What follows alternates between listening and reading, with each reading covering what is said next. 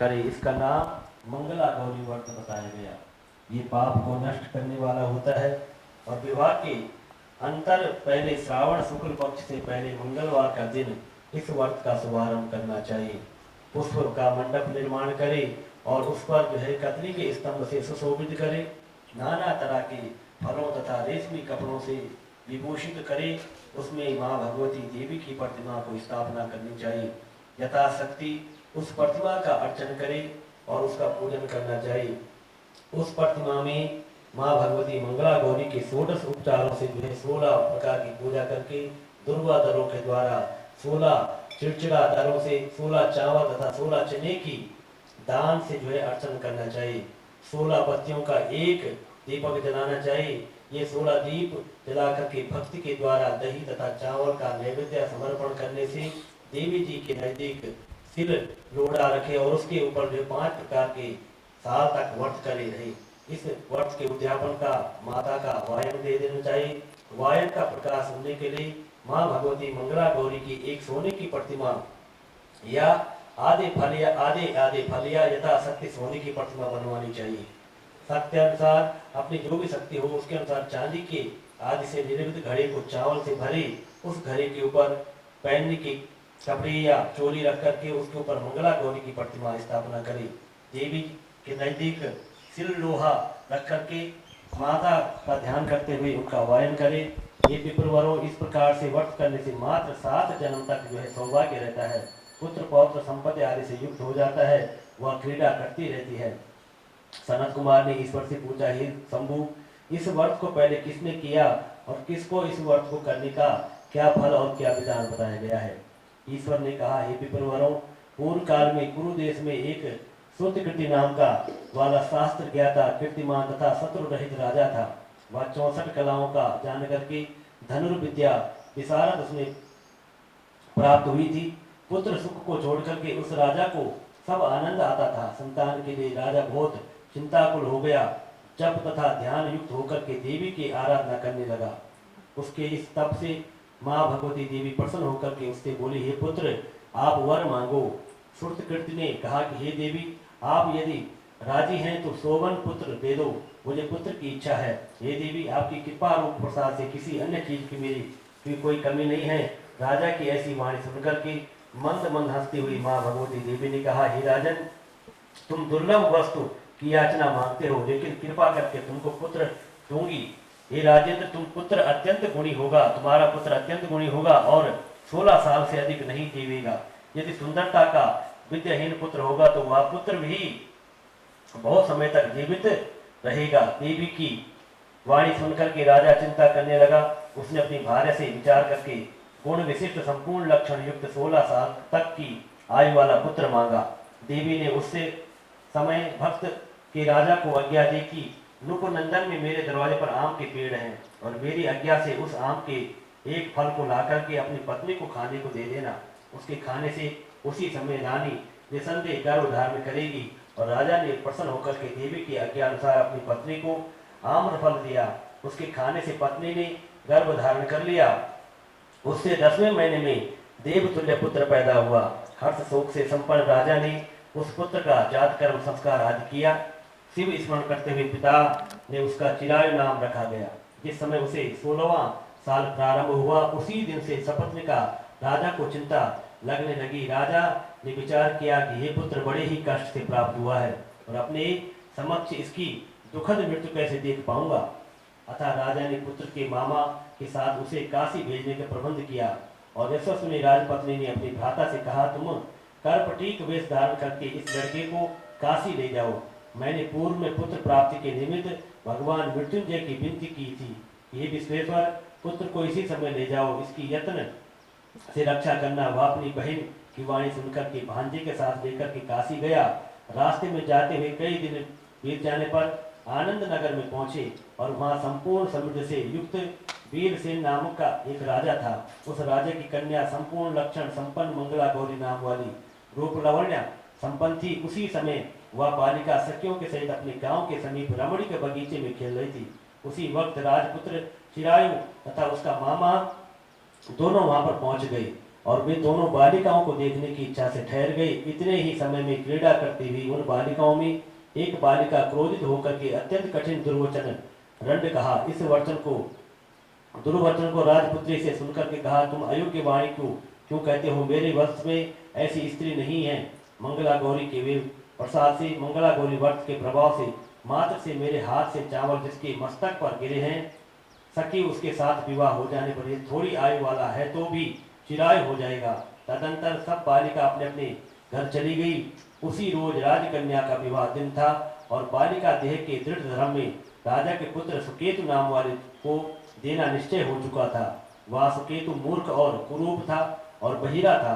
अंत में वर पक्ष वालों ने मंडल में अन्य आच वाले ले जाने का निश्चय किया। विवाह हो जाने पर वह सुकेतु चला जाएगा।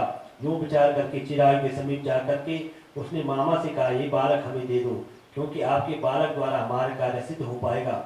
इस भूमि पर परोपकार के तुल्य अन्य कोई वस्तु नहीं है।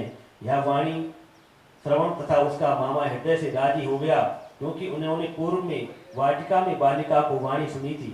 लेकिन वर पक्षियों ने, जानो कहाँ से आप लोग इस बालक को क्यों चाहते हैं, इस कार्य की सिद्ध करके वास्ते अलंकार आदि मांगा जा सकता है। आप लोग गौरवार्थ फिर भी मैं देता हूँ। उन्हें चिरायु को वहां ले जाकर के विवाह की कार्य सिद्ध किया। जब सप्तपदी आदि कार्य होने पर रात में गौरी शंकर के समीप वहां पर चिरायु पुत्र सुप्रसन्न चित्त से राजकन्या की मंगला गौरी के साथ हो गया। उसी रोज चिरायु का 16वां साल समाप्त था। उसी दिन रात को सांप के रूप में काल वहां पर प्रवेश कर गया।